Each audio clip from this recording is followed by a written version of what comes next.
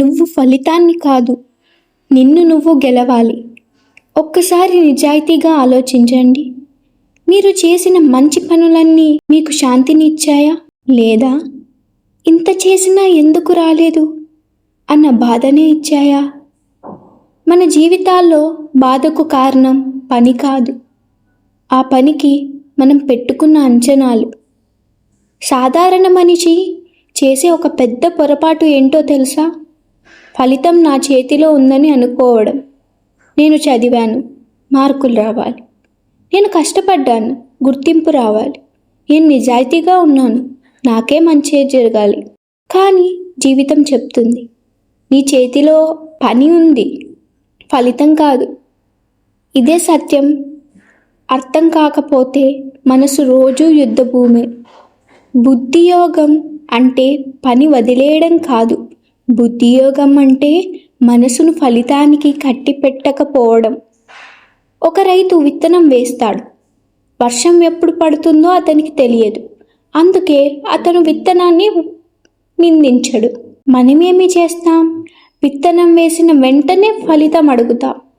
అది రాకపోతే మనల్ని నిందించుకుంటాం. మన సమస్యలు బయట నుండి రావు, లోపల పుట్టే కోరికల నుంచే వస్తాయి. నాకు అది కావాలి, నన్ను గుర్తించాలి, నేను ముందుండాలి. ఈ కావాలి అన్న మాటే మన శాంతిని కొల్లగొడుతుంది. కోరిక పోతే జీవితం ఖాళీ కాదు, తేలికగా మారుతుంది.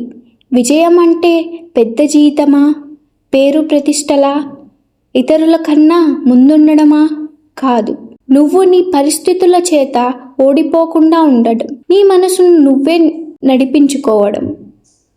ఇదే నిజమైన విజయం.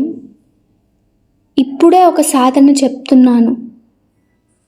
ఇది సింపుల్ కానీ లోతైనది.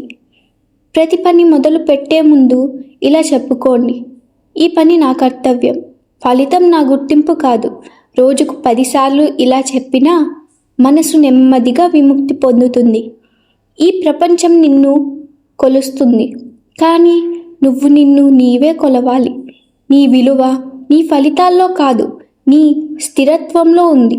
జీవితం నీ నుంచి ఫలితం కోరదు, నిజాయితీ కోరుతుంది. ఫలితాన్ని వదిలిన రోజు నీ భారం తగ్గుతుంది. నీ భారం తగ్గిన రోజు నీ శక్తి పెరుగుతుంది. నువ్వు ఫలితాన్ని కాదు, నిన్ను నువ్వు గెలవాలి.